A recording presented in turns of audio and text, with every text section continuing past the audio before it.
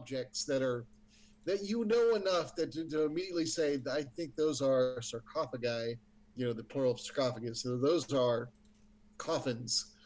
And this room is sealed. And one of your party members immediately starts looking for traps. Another one starts to try and figure out how to open the one door in this weird room. There are 4 of those sarcophagi, and there is only one exit or entrance, and it is sealed, and it will take a lot of strength possibly to break it open unless you can figure out a key, which you do not have. And then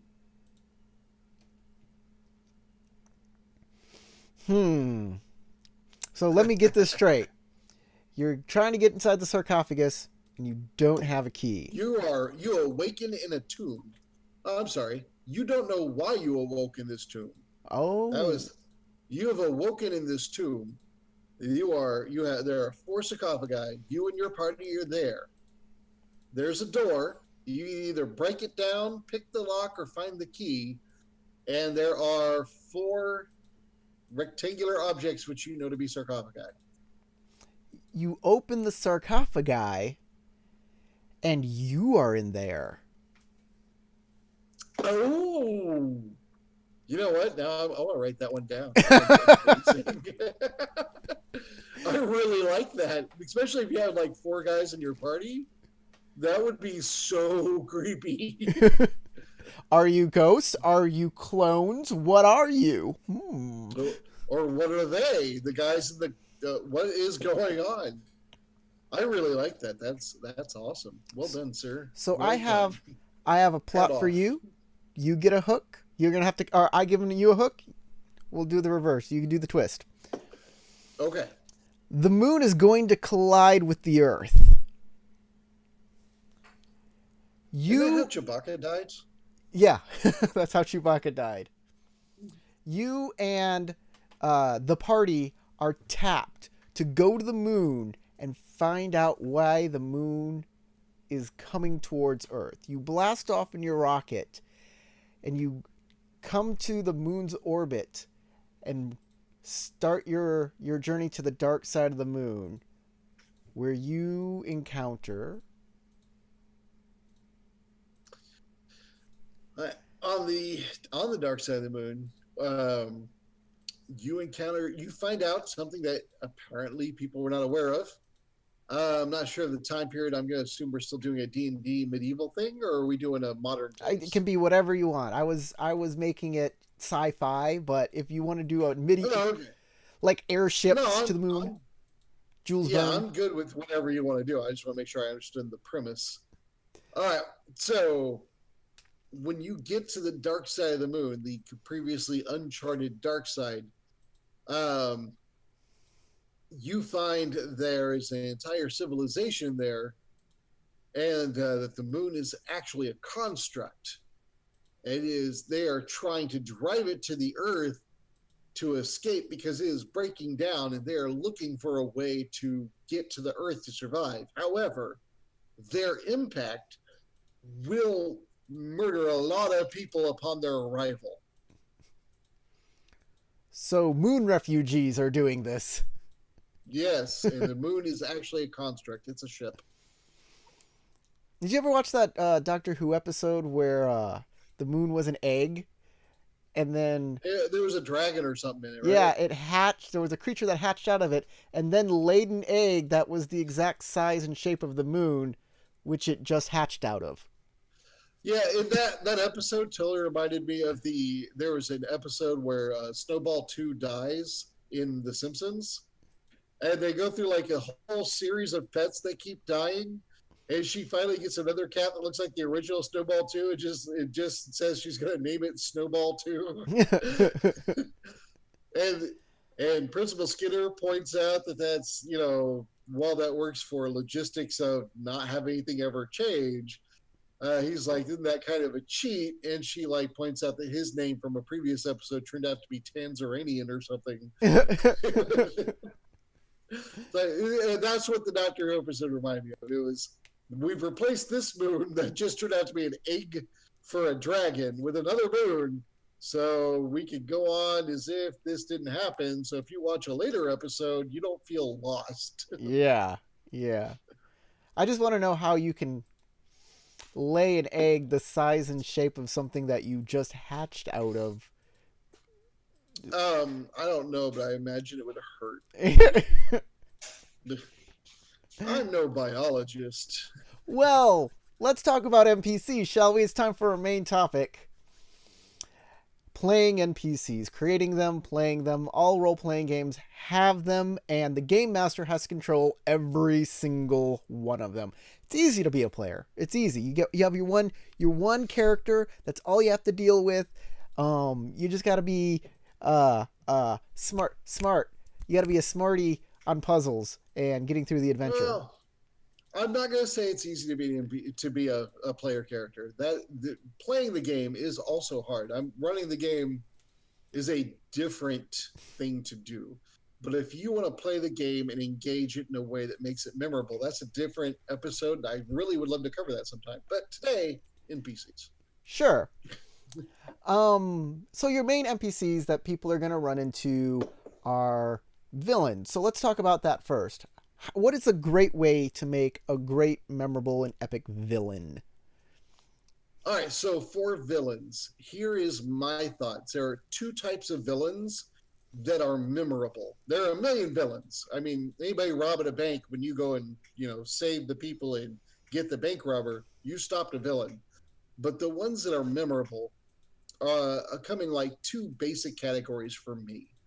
The first is the villain that you understand his motivation and you kind of sympathize with him, like Magneto of the X-Men. You understand that he's like, look, my people are being trounced on by humans, so we're gonna assemble and just fight back. But they're killing a lot of innocent people in the way, so you get why he's doing it, but you don't agree with his method. That villain is something that people remember and they feel conflicted about, and it creates a lot of great role play when they finally have to face him. The other one that is super memorable is the one who is so vile that all you can think about is how satisfying it will feel when you finally kill that MFer, because he's the guy who captures the girl and like holds her and licks the side of her face and looks at you and cackles. That's the guy you're like, oh, he's dying. He's horrible. And both of those villains are super memorable, and you want to give them, in the case of the guy who's sympathetic, you want to give him great reason to do the horrible evil that you have to send your players to stop. And you want to, with the other guy, have him be so vile that they are ecstatic about stopping him. And those are the two, for me, that are the main types of villains that I always remember. Well, Corey? yeah, those are pretty much the ones I love too. Like, yeah, the horrible monster that is just usually like these things are the more human they are, the more you're able to like hate this villain. And the more monstrous they are, the more you're like, it was just a monster. Like, that's what monsters do. So the Orc King kind of feels the Orc King kind of feels like just the stepping stone to like the vampire or the evil king or emperor. But how do you make the Orc King that is just a monster in a group of lots of monsters feel like you really need to go after this guy? Okay, great. That's a great question. I like it. All right, so there's two options here. Like we just said, there are two big baddies that you want to throw out there to make your players chase after them. If you want to make the Orc King sympathetic, show that racial tension between orcs and humans has been a problem, but make sure that you can show people that orcs are people. They might not be human, but they have wives, or at least the mothers of their children. They have children. They have their own goals and their own society. Are you gonna give people? Are you gonna give the players like PC guilt, like like oh Exactly. If you want to go sympathetic, you go for guilt.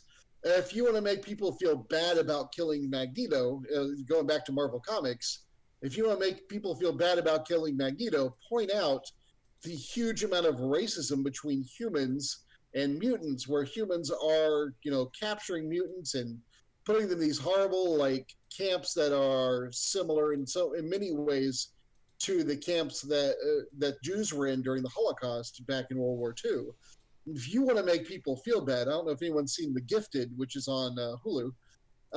Absolutely, this is the way to make your villain feel very sympathetic. Just like, yeah, I get why he's doing this. In this scenario, humans seem super evil, even though not every human would necessarily support what is going on here. And if you want to do that with orcs, you can totally do the exact same thing. But if you want to go the other route and you want to make the Orc King memorable for being the worst, it's not hard to still flesh it out because orcs follow, in Dungeons and Dragons at least, Grumsh, who is a very malevolent deity that is teaching them some very harsh ways about how might makes right. Kill all those that oppose you, kill those that are weaker, and if you succeed in combat, that proves that you are righteous. So if I literally kill someone who I don't like, that only proves that I am a better person. And if orcs are following this concept, they're all pretty terrible, and that is truly what they do. It's why the monster manual lists them all as evil, yeah. chaotic evil, I believe. I I'm gonna disagree with you a little bit on the sympathetic way to make orcs um more like you can make them sympathetic like that, but doesn't that put the PCs at odds with the humans now that they were going to protect? I would say, yeah, It does. I would. That's the whole point of making the bad guy sympathetic. Is you're like, all right, I'm on the side of what I believe to be the good guys, but because the bad guys are sympathetic, I now feel conflicted, and that's what makes that memorable. That's the whole point. I Is that feeling of conflict? I would go more with like more of a Killmonger kind of thing. Like Killmonger, a lot of people are sympathetic to his cause, but nobody is sympathetic to his means. And that I think Exactly. that's where the key is the means in which he's going. No matter what the other people are doing, the other people might be doing bad things, but the means that the bad guy is doing are so bad that the PCs have no other choice. They can't like join him. That would make them just as bad. It would, and really, that's I think what you need to do as the dungeon master when you're running D&D, and you have to decide: do you want your orc king to be sympathetic, or do you want him to be vile? And how do you want to express that to the players? How the way to do that is to because you arrange every encounter they come across. I mean, if you have a chart that says they encounter 3d6 or 1d6 orcs, that's fine, but you're the one who describes it, and as the dungeon master you can say you see 4 orcs. One of them is wounded, one of them is tending to the wounds of the wounded guy, another one is making camp, and this last one, he looks like he may be writing in a leather bound journal. At this point, these look like people that happen to be green. When you hear that description, you're like, okay, they're people. And this is the way to go if you want them to seem sympathetic. If I say you see 4 orcs, they have their weapons out. One of them is munching on a small mammal that is like ripping apart, that is still raw, and you see the blood and gore just hanging off his chin, and he's like laughing. And another one is scratching himself in inappropriate areas, while another one is actively looking for something to murder, and you can see the bloodlust in his eyes. And the guy who is clearly their leader is sharpening his axe. There is nothing sympathetic at all about this group. And truly, if you look at the 2 groups, it could be the exact same groups at different times during the day. Um, And so as you present it, that is how your players will read it. If you present group option A, they'll go, okay, we can attack these guys, but there has to be some part of you that's like, these guys who are making a camp and doing nothing, we're attacking. We are evil at this point for attacking people that are not doing anything with no warning. And then with the second group, you have people going, all right, how do we set up a trap? How do we get ambush these guys? We need an advantage. They look terrifying. And it's the same group at different times of the day. And if you want to go the sympathetic group, go with group A. You want to go the horrific group, go with group B. But it's all in how you describe it and the kind of game you want to run. So let's move away from villains. Let's go to people that your party interacts with on a regular basis. The guys who hire you, the guys they interact with at the merchant shop, the barkeep, the kid that's on the street. How do you deal with those types of NPCs? How do you make them memorable? Now, are we talking about if you're talking Plot about hooks. standard NPCs, just the random townsfolk? I was talking more about plot hook NPCs, Oh, but okay. All right. we can All right. So plot hook NPCs. If you want to make it memorable, first of all, name them. It seems like a stupid thing to have to say, but if you don't give them a name, you're gonna look really dumb when you're like, so this guy approaches you and he wants to know if you'll work for him and go and he's like, and your PCs are like, hi, what's your name? And you look there dumbfounded. Name? Name your NPCs. Give them a name. And you can give them a one or two, like sentence backstory that will help you to build on it, even if it's just improv in the moment. yeah. If you're like, okay, this guy that wants you to hunt orcs, they took his daughter. He's a farmer. So you're like, all right, he's a farmer, so he's not really equipped. He doesn't know how to go fight orcs in the woods or orcs in the mountains or wherever the orcs in your world are living. And he's missing his daughter, so he's desperate. And now you have some motivation, and it doesn't matter what you call him. Do give him a name. Yes. Have a name ready, and just start talking. And I know if you can. I know a lot Sorry, of go ahead. people. I know a lot of people who have a list of names ready for whatever type of improv NPC they need to come up with. And in fact, yesterday during the Dead Unicorn, I had to come up with an improv name for a crime guy, like a mobster or something. And I just called him Bronze. I was just like, this is Bronze. I thought that was a cool name. I came up with it on the spot. It actually really was. I'm in the game, of course. I thought you had bronze planned out. You pulled that off well. I've pulled off during games, during not online games, but live games like at a table, because I have my laptop open behind the DM screen. I have said, "Let me check my notes" while I'm secretly typing into Fantasy Name Generator, and I'm like, "Human, bam, boom," and I just pull up a name or whatever name, dwarf. They actually have lists for Lithid and Gith Fantasy and Name all kinds Generator. of things. I Fantasy love Name that thing. Generator is a wonderful site. And if It's you're a so game master, helpful. you should use that a lot. I did have once. I was a Gith actually, a Gith Zurai that I was running because I run Planescape on Sunday nights with some friends, and it gave me the name Jamesif. James, like the normal, common English name James, with an F at the end, but not like James space F period. It was James F. And I looked at that and I introduced the character as James F. And then I added myself the last name of Ranko. And if you are at all up on pop culture, James Ranko happens to be an actor. And I then modeled him to look like James Franco if he were yellow and had pointy ears. And I gave him kind of a stoner vibe. And the players all totally remember the guy. They love him. They've kept him with the party for several games now. And it's hilarious to me that he has become an integral part of this campaign.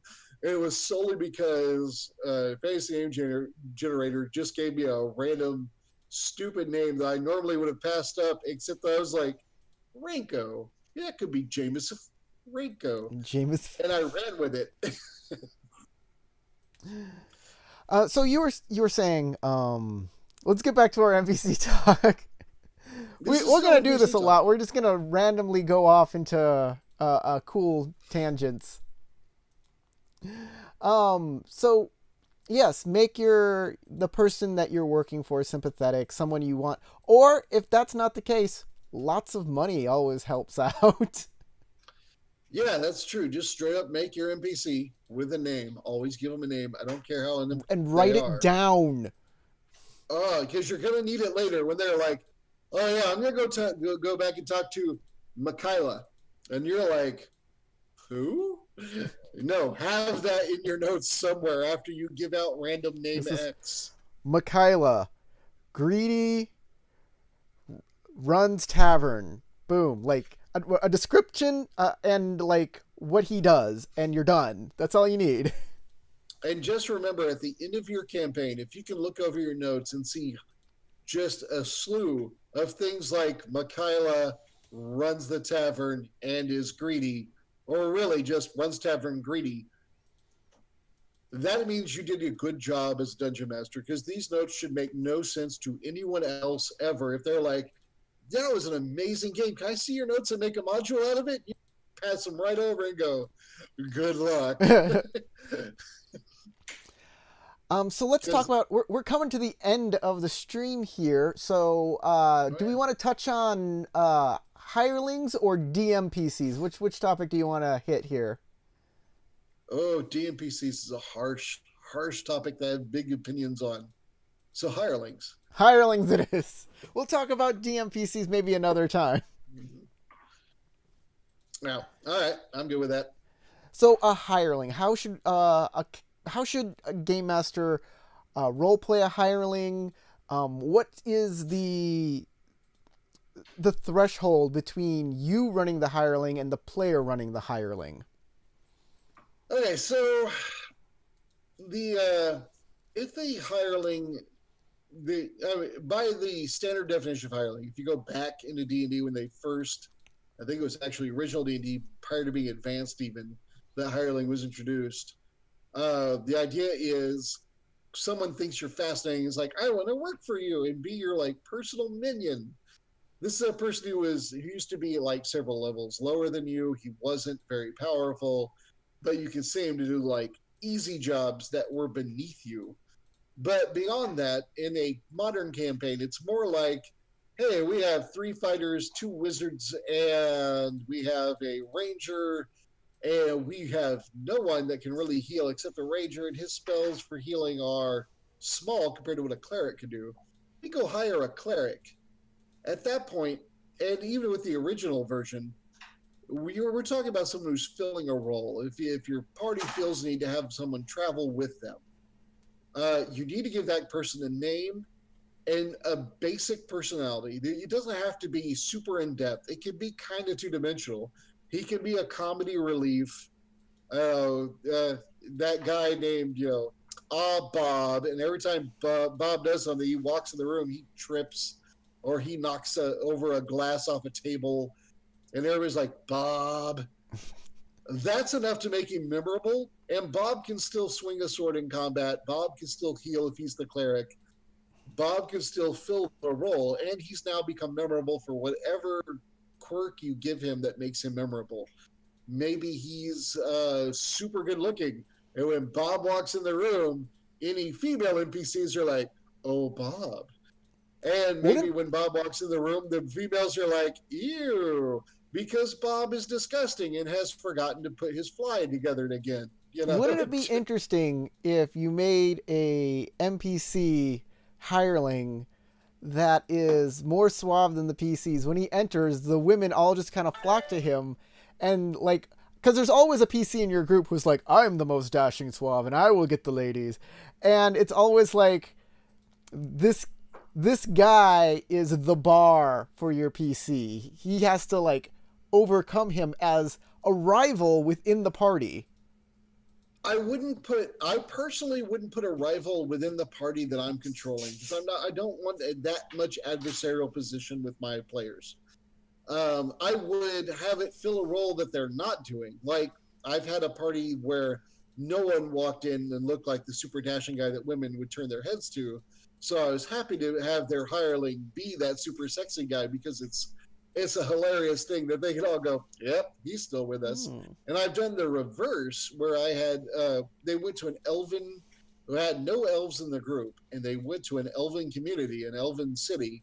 They hired an elf, and every elf they saw, I made the super beautiful, wow, and they're just walking around amongst this sea of beautiful faces, and they're like, we really need a fighter in the group. So I let them hire an elf fighter, and I made him fat. Just like ridiculously overweight, kind of clumsy. He had a lot of strength. His dexterity was not the worst, because elves are dexterous by nature, but it was clearly below average. Did you ever see John Rice Davies in the MTV? Yeah, it was the Shannara. Yeah, the Shannara Chronicles. He played an elf, the elf king, and I'm like, he's too big to be an elf. And it was hilarious to me, mostly because he was famed for Lord of the Rings being Gimli, the dwarf. Yeah. And of course, before that, for not eating the bad dates.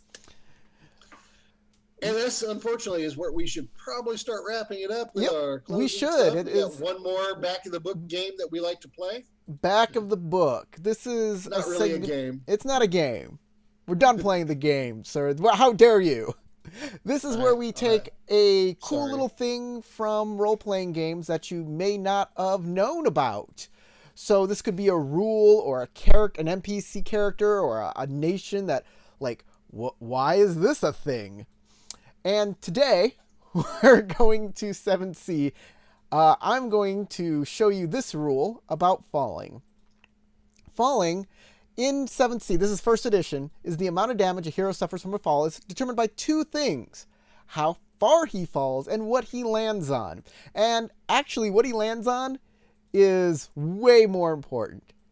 Because, as stated here, if you land on a soft surface, no matter how high you fall from, if it is a haystack, water, a horse, another person, or garbage, you negate all of your damage. So you can jump off the Eiffel Tower, land on a horse, and hi-ho silver your way out.